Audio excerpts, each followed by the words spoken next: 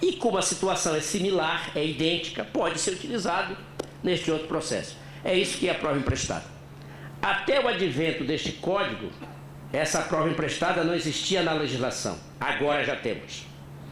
Agora já está legislado, portanto, a prova emprestada a partir de março do ano que vem já vai ter vida legal, entendeu? Porque antes era só doutrinária e jurisprudencial. Agora vai ter vida legal, porque já vai estar na lei essa possibilidade. Agora, não pode ser como pretendem fazer alguns, com todo respeito, alguns advogados. Porque eles querem fazer essa prova emprestada de qualquer jeito. Não. Existe uma formalidade que precisa ser cumprida, até mesmo em razão da seriedade que se deve imprimir aquela prova. Então, nós temos algumas situações que o advogado apenas junta o termo de audiência do processo tal, porque a situação é idêntica a essa, e junta aqui. Aí não dá, porque isso não é prova emprestada. Isso tem que ser objeto de uma certidão. O diretor de secretaria certifica e do pé, tarará, ele pode até, na sequência, transcrever o termo de audiência, mas tem que ser uma certidão. Não vou dizer mais carimbada, mas pelo menos assinada, entendeu? Hoje a assinatura é eletrônica.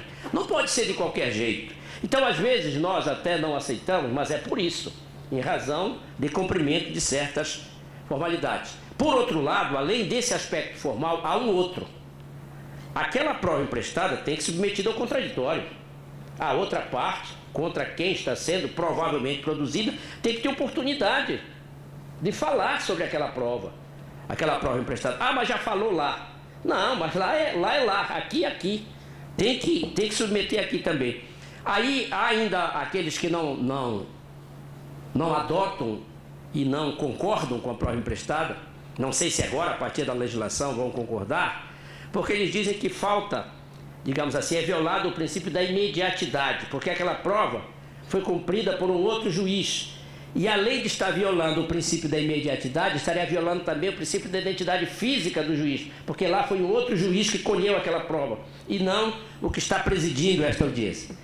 Bom, primeiro que no processo de trabalho nós não tem o princípio da identidade física do juiz. É verdade que por construção jurisprudencial, mas não tem, né?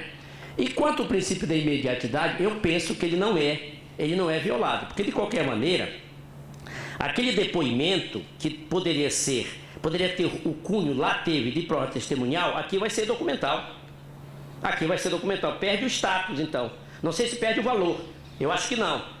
Entendeu? E vai ser submetido ao contraditório. Então, eu penso que essa prova emprestada, ela é muito utilizada aqui na nossa região. Nós procuramos prestigiar. Agora, procuramos prestigiar quando há, digamos assim, observância de todos os requisitos, penso eu, que devem ser observados para que essa prova seja utilizada.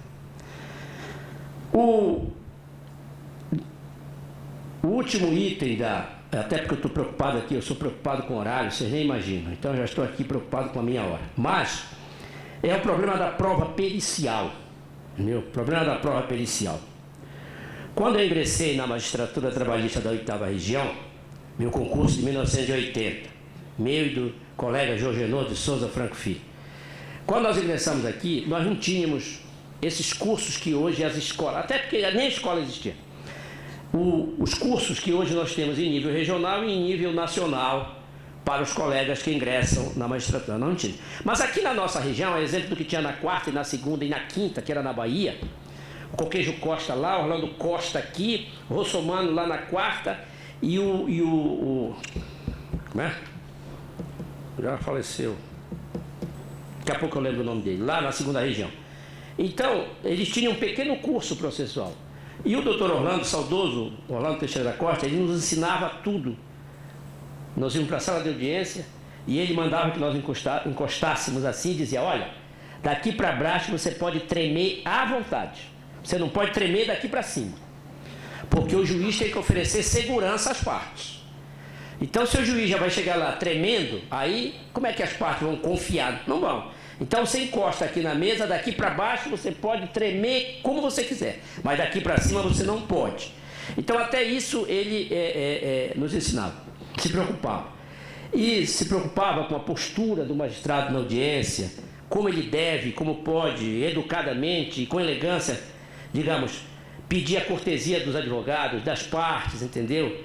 Ele dizia que a mesa de audiência era, na verdade, um campo de batalha, porque às vezes o olho do reclamante que olha para o reclamado, pessoa física, se pudesse atirar, atirava. Tudo isso ele levava-se em consideração nessas aulas que nós tínhamos, que eram belíssimas. Mas ele disse uma coisa que eu nunca esqueci e tenho certeza que os substitutos daquela época, posso citar aqui, além do Jorgenor, nosso colega Vicente Zé Maria da Fonseca, Antônio Casaleal, que faleceu recentemente, Maria das Graças Cabral Viegas, que hoje está na presidência da primeira região, Luiz Albano Mendonça de Lima, que já aposentou, Rosita de Nazaré de Nassar, entendeu? Todos eram substitutos naquela época. Então, ele dizia o seguinte: o pior tormento para o juiz do trabalho é quando é alegado insalubridade ou periculosidade numa pretensão. Esse é o pior tormento. E por que é o pior tormento? Porque existe lá o parágrafo 2º do artigo 195 da CLT, que ainda não foi revogado, ainda está em vigor, que diz que nessas situações o juiz tem que indicar perito, né, para fazer a prova pericial. Aí vem o problema da prova pericial. A Justiça do Trabalho do Brasil e a da 8ª região em particular não tem nos seus quadros perito. Quando eu fui presidente, eu tentei, porque antes de mim o Jorgenor já tinha tentado, e nós não conseguimos inserir no quadro de servidores peritos para fazerem essas perícias. O Ministério do Trabalho e Emprego hoje também não tem, nunca teve. O que ele faz é controlar, saber quem pode e quem não pode fazer as perícias, né? Então, como normalmente quem argue a insalubridade é o reclamante, em princípio, os custos da produção dessa prova teria que ser dele, em princípio, né? Teria que ser dele. Então, isso realmente é um tormento. Mas, naquele momento, já tinha este dispositivo, que eu não sei se vou localizar aqui. Localizei. E que agora já está repetido com 2 pequenas alterações no 464 de 2015, que diz.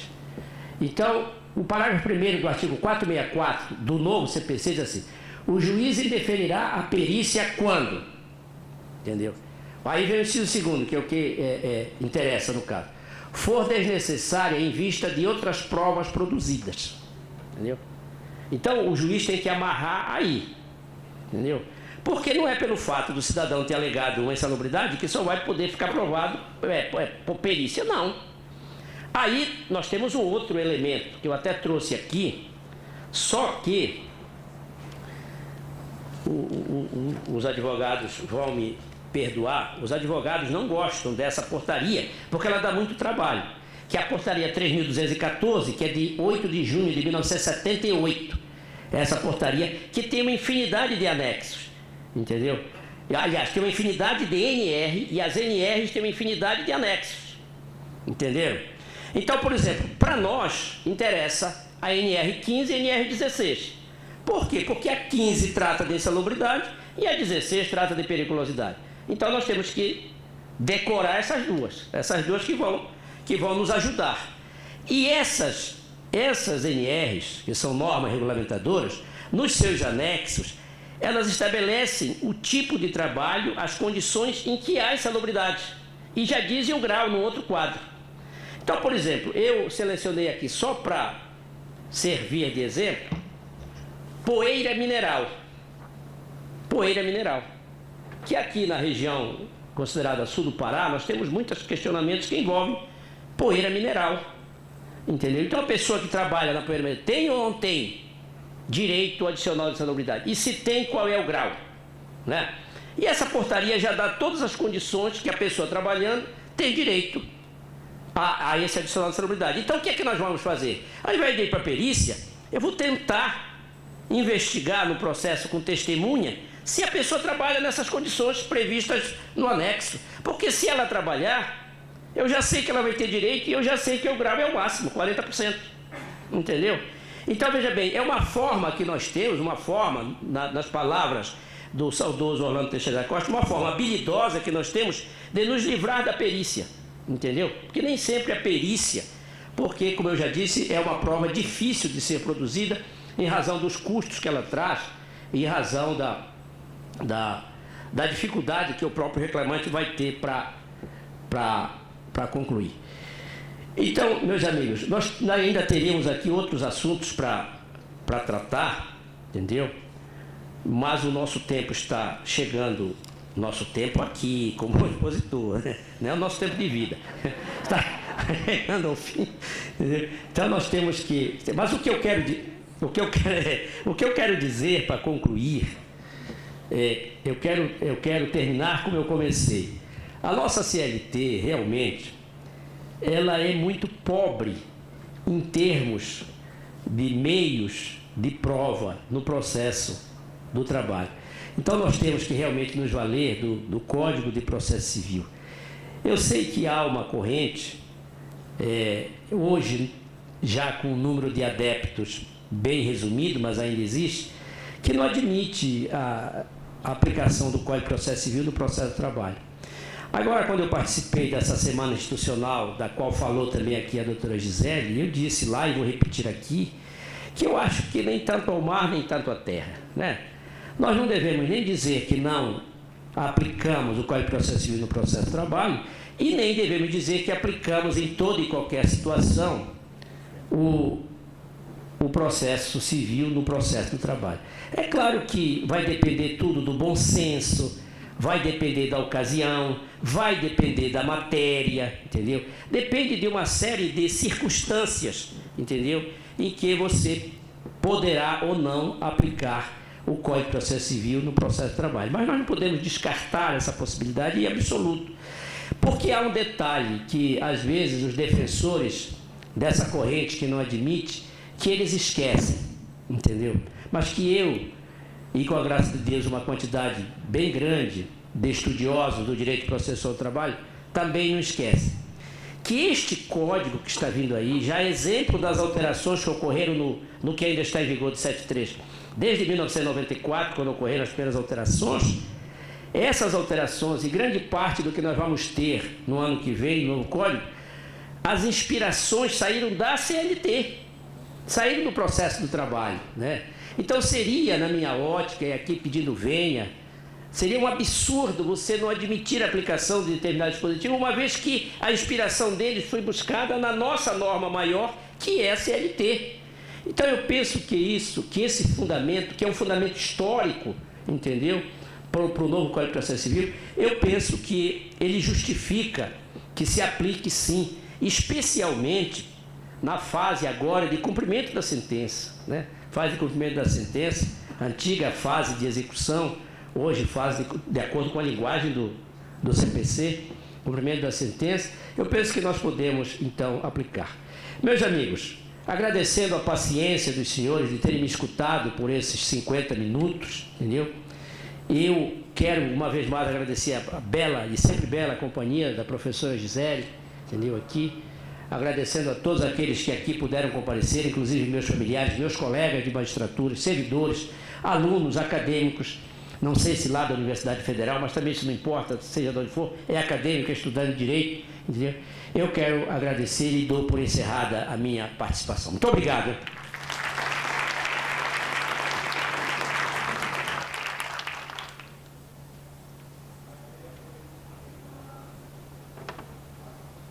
Acho que sim.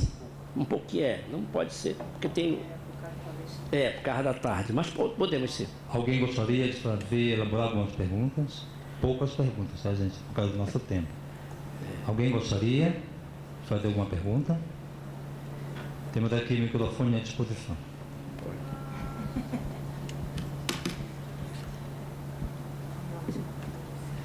Temos que aproveitar a presença da professora Gisele, do professor Elisiário entre nós.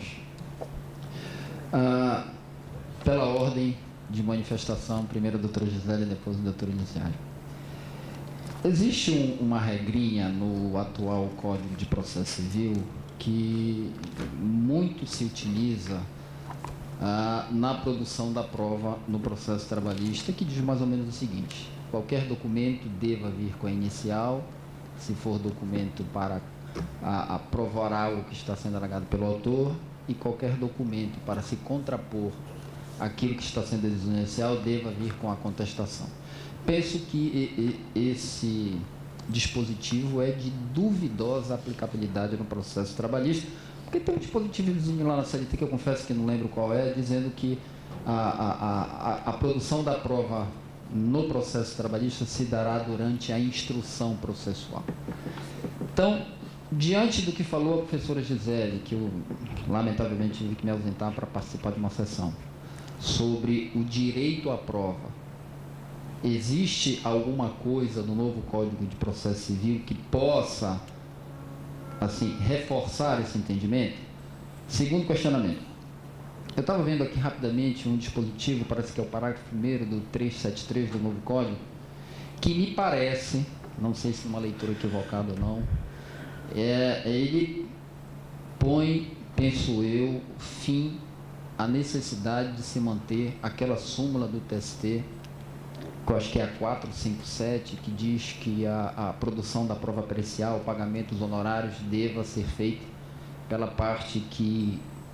Sucumbente. Pela parte sucumbente, e isso traz uma complicação seríssima na realização dessa prova, sobretudo nas varas de fora da sede, porque, via de regra, o TST diz que antecipar honorários, a rigor, a reclamada não está obrigada. Então, este dispositivo, penso que coloca uma pá de cal nessa situação, porque fala sobre a questão da aptidão da prova. Então, eu queria ouvir a professora Gisele, o professor Elisiário, sobre esses dois aspectos. Bom, primeiro eu agradeço aí os questionamentos, que a gente tem a oportunidade de refletir um pouquinho mais ao desembargador Marcos. Quanto à questão do direito à prova, realmente o sentido que permeava o CPC 73 era do sentido estático. E eu fiquei muito feliz quando o doutor Elisiário logo comentou tanto dispositivos da CLT, que já vem com essa gama interpretativa de não se carimbar, não se registrar esse sentido estático, mas um sentido dinâmico de produção de prova para esse modelo de gestão processual novo, quanto agora o novo CPC só vem a somar tudo isso. Agora, especificamente quanto ao dispositivo e aí em função da prova documental. Qual é o problema da prova documental? É o sentido da pré-existência com a existência. Então, o fundo declaratório, como uma obrigação daquela parte, já não, diria eu, num termo mais vulgar, esconder, trazer logo imediatamente a sua prova. Só que isso hoje, pelo novo CPC, ele até corrobora a necessidade de já vir com a petição inicial, a contestação também, mas ele não fecha. Por que ele não fecha? Porque ele diz prova é prova. Então, direito à prova. Então, por esse sentido desse dinamismo do processo brasileiro, ele leva as linhas do CPC 73. Então, por exemplo, sobrevive esse dispositivo? Sobrevive. Mas dentro de uma interpretação de sistema, a gente não vai dizer que é só ele. Eu não posso pegar ele e dizer assim, bom, aplica só ele. Por quê? Porque dentro de uma visão de sistema, se é um processo onde ela veio posteriormente, como disse muito bem o doutor Elisiário, não importa o destinatário, mencionou inclusive dispositivos da CLT, e aí eu rememoro o 765, a total liberdade que o magistrado possui na CLT, pode ser incluído posteriormente. Então, quanto a isso, deixo essa flexibilidade procedimental sem estereotipar momento ou fase. Isso, para mim, já é um grande avanço em termos de processo civil brasileiro e para a gente carregar para o processo trabalhista ainda melhor essa realidade. Quanto à questão da prova pericial, e aí eu vou me permitir acompanhar, porque eu penso integralmente como o doutor Elisiário. A prova pericial eu não quis nem falar dela, não sei se vocês perceberam que é até um pouquinho de dar arrepio falar da prova pericial, porque ela é cara no Brasil, custosa, nós temos um problema de ninguém quer ser perito, É uma dificuldade, eu já cansei de observar a realidade, tanto interior quanto capital, fazendo audiências no processo trabalhista, de um juiz às vezes implorando, às vezes pedindo para o Ministério Público. Tem condições, doutor, até de um auditor perito no Ministério do Trabalho? Eu digo, não tem. E ainda deu uma realidade, que é o problema da retração do número de auditores no Ministério do Trabalho, com aposentadorias, falta de concurso. Um dos últimos médicos do trabalho que nós tínhamos, que era o doutor Ilmar, nosso querido doutor Ilmar, ele se aposentou. Então, se vocês me perguntarem se existe especialista em medicina no Ministério do Trabalho, eu não conto com nenhum sequer, porque ele já se aposentou faz um tempo e ninguém assumiu dentro dessa especialidade no Ministério do Trabalho. A doutora Célia também se aposentou lá, que era uma grande profissional, também auditora no Ministério do Trabalho. Então, não temos determinadas especialidades no próprio Ministério do Trabalho, que é o órgão fiscalizador que precisa, como disse o doutor Elisiário, dentro do patamar das NRs, das normas regulamentadoras. Então, a prova pericial, ela é complicadíssima. E ela, só para reforçar, por causa da primeira pergunta do Dr. Marcos, ela é totalmente estática, porque os momentos dela são todos previamente definidos, impossíveis de serem alterados, tem um quê de garantismo, porque a gente fala em possibilidade de assistentes técnicos, mas como resolver o problema dentro dessa prova pericial? Hoje o que a gente tem pelo novo CPC para tentar resolver, e aí eu chegar nos honorários, para a prova pericial, para fugir com a habilidade que nos reportava o nosso saudoso e querido ministro Orlando Teixeira da Costa, o nosso querido magistrado paraense, que a gente deve render todas as homenagens, a habilidade quanto a se pular a fogueira da prova pericial. Hoje nós temos 2 exemplos legislados no Código de Processo Civil. É a chamada perícia informal, onde vem já um documento de um especialista. Eu, advogada ou até membro do Ministério Público, tenho contato com um determinado documento, já que possa instruir, já seria um alento, já seria essa perícia informal, ou seja, sem a necessidade de instalar o rito da prova pericial que vai desaguar no problema de honorários, a gente já pular essa fogueira inteira do momento da prova pericial com a perícia informal. E temos um segundo momento que é super utilizado na Europa, que é a testemunha técnica. Você colocar como depoente um perito, um especialista, que ele não vai ficar perito, porque eu não estou falando em deflagrar a prova pericial, mas eu já alocar dentro da testemunha, das testemunhas, melhor dizendo, no plural, um especialista. Jogar lá um especialista, seria a testemunha técnica. Quanto especificamente à pergunta do Dr. Marcos, isso é um mar de problemas falar de honorários. A posição do nosso colendo TST quanto à impossibilidade de pagamento, inclusive, já foi superada pelo CPC. O CPC, quanto a honorários, hoje, aí eu vou falar de um modo geral, honorários advocatícios, honorários periciais, ele pegou, resolveu sentar verdadeiramente e escrever sobre o assunto, porque o CPC 73 tinha utilizado uma postura mínima.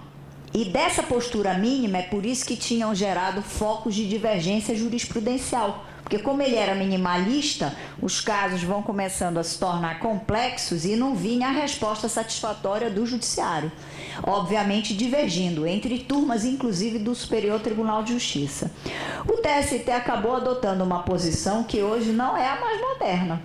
Porque dentro de uma visão de prova, de modelo de gestão e de dinamização do ônus da prova, eu tenho que pensar, o reclamado que tem condições de antecipar, ele tem que pagar. Eu tenho que imputar a ele. E o nexo de causalidade, se o reclamante muitas vezes ainda que ele tentasse pular ou fugir o meio de prova da perícia, mas ele não o consegue, ele acaba postulando a perícia, por isso no nexo de causalidade eu vou imputar a ele honorários, periciais, não tem como. Ele é a parte vulnerável. É a mesma coisa fazer um paralelismo com o exame de DNA. Olha, imputa aquele que está pedindo o exame de DNA lá no Tribunal de Justiça, ele que tem. E vimos que não é assim, porque é uma parte hipossuficiente. A gente está falando de um menor, de uma situação que ele está já no aspecto de vulnerabilidade.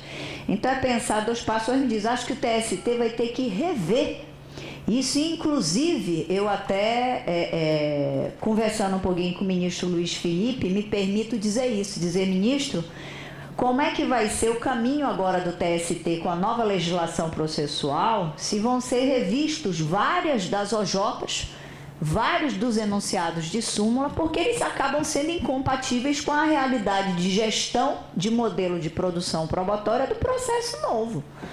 Então, esse é um caso que eu acho que tem que ser repensado. O processo civil brasileiro não diz como está agora nos honorários periciais, ao contrário, ele dinamiza, ele joga quando é excessivo, quando se torna a questão para o hipossuficiente, a favorável ao hipossuficiente, acho que tem que ser assim. Então, hoje o TST ele vai ter que repensar, acredito eu, todas essas premissas. Passo para o doutor Elisiário. É que ele pediu, doutor Marcos. Na ordem. Na ordem, né? Tá bom. Bem, com relação ao primeiro questionamento, eu não sei será nesse dispositivo que Sua Excelência, doutor Marcos Augusto Lozada Maia, estava pensando. Mas nós temos na CLT o 787, é claro que ele é apenas parte que ele atende, mas ele diz, a reclamação escrita deverá ser formulada em 2 vias e desde logo acompanhada dos documentos em que se fundar, né? Esse é o dispositivo da CLT, que nós temos, que trata da prova, do momento, digamos assim, da produção de prova no processo de trabalho. Mas esse dispositivo é mais aplicado quando se trata de direitos que são questionados com base em convenção coletiva, acordo coletivo, regulamento interno de empresa, é mais nessa situação. Quanto à prova pericial, além de tudo aquilo que eu já disse, que a doutora Gisele disse, realmente é um problema sério. O nosso regional ultimamente vem adotando nas suas decisões, ainda por maioria, não é por unanimidade, não sei se há, mas eu penso até que há interesse em se uniformizar essa jurisprudência, em que a parte reclamada tem que antecipar os honorários para custear as despesas com os honorários do perito. Imagine uma perícia que já aconteceu, que tinha que ser feito no Alto Trombetas pela Mineração Rio do Norte. E aí o perito de Santarém, aí tem que pegar avião para ir para lá. Chega lá, tem que ficar em hotel, vai passar 2 dias. Tem uma série de despesas. O reclamante, claro, não tinha condições de suportar isso, o juiz impôs, o tribunal aqui manteve a decisão, a empresa teve que antecipar todas essas despesas e no final ela acabou sendo condenada, então resolveu o problema. Não sei se era isso que o doutor Marcos estava esperando, mas é o que tenho para dizer no momento sobre esses temas.